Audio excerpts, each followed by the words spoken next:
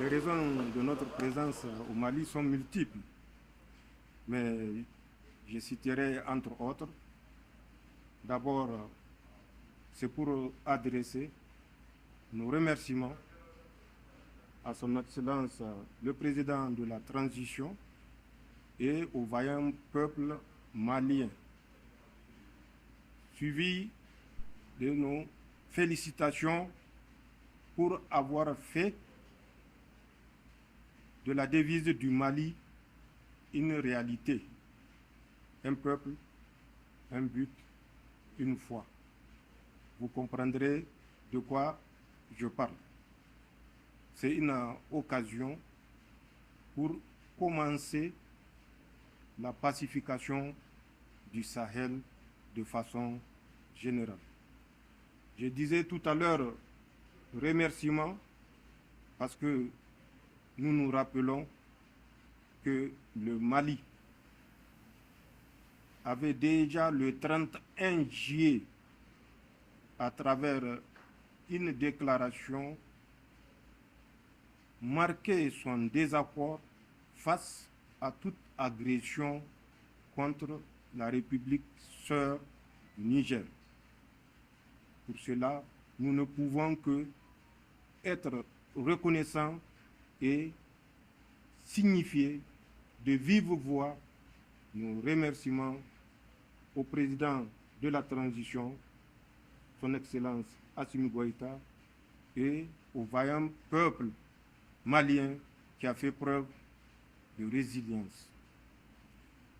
Je disais également que nous sommes, comme vous le savez, dans une zone commune qui a été consacrée le 16 septembre 2023, c'est-à-dire l'Alliance des États du Sahel. À travers cette alliance, les peuples du Sahel, notamment du Mali, du Burkina et du Niger, affirment qu'ils ont pris conscience d'être sur la terre promise et que rien ne les détournera de leur objectif, celui de faire de cette zone du Sahel non pas une zone d'insécurité, mais une zone de prospérité. Et cet objectif, nous l'atteindrons, Inch'Allah, avec le concours du peuple à travers la direction éclairée de certains dirigeants, dont notamment mon frère et ami Assimi Goïta. Nous sommes ici pour dire que nous saisissons la portée historique de l'acte que nous avons posé le 16 septembre 2023 et que, avec l'accompagnement des peuples du Burkina, du Mali et du Niger, nous ne faillirons pas. Nous ne reculerons devant aucune menace pour que le peuple qui a placé sa confiance en nous portant le soutien dont nous avons besoin, je disais, pour que nous fassions de ce rêve que ce peuple caressait et caresse soit une réalité absolue. Le Niger fait face à une situation d'embargo, vous le savez tous. C'est grâce à l'intervention des pays amis, notamment le Mali, le Burkina et beaucoup d'autres que j'éviterai de citer pour ne pas les mettre en malaise face à certains pays de la CEDEAO qui ont choisi la voie du déni.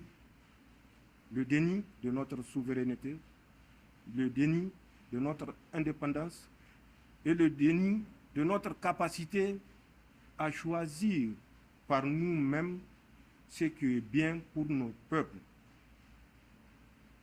nous souhaitons, avec l'aide de Dieu, que les peuples qui nous ont fait confiance ne regrettent pas cette confiance qu'ils ont placée en nous.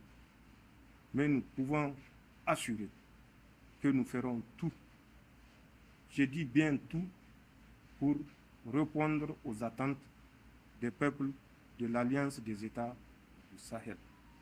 Par rapport à l'embargo, nous allons solliciter une fois de plus le soutien, même si nous savons qu'il est déjà acquis.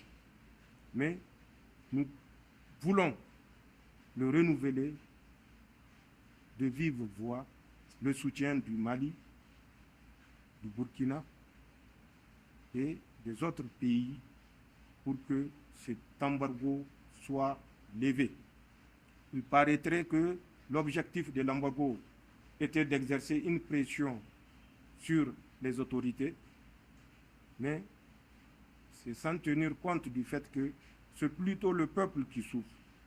Et nous en sommes conscients, et c'est pourquoi nous sommes disposés à échanger, à négocier, mais à négocier avec des gens qui sont animés de bonne volonté, avec des gens sincères, avec des gens qui ont le souci des peuples africains. C'est une très grande responsabilité. Le Mali a ouvert la voie.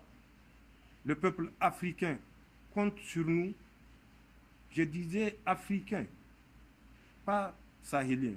Africain compte sur nous pour montrer que cette voie que nous avons décidé de suivre en toute souveraineté, en marchant de nous-mêmes, sans qu'on ne pense que nous ne pouvons marcher que lorsqu'on nous tient la main, et bien que cette voie de souveraineté soit la voie du salut pour les peuples africains.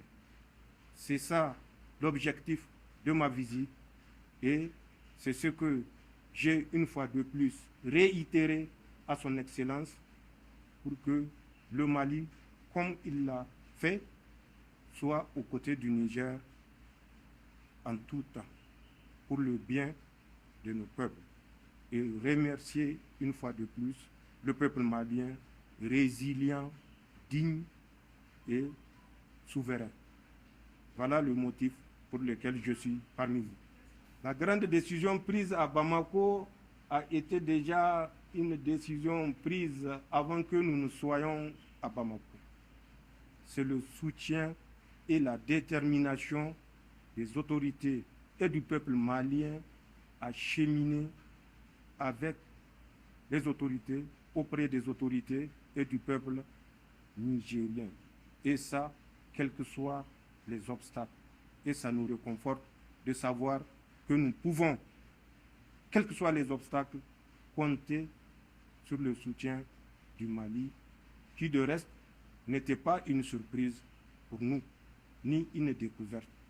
Nous en étions convaincus avant d'atterrir à Bamako.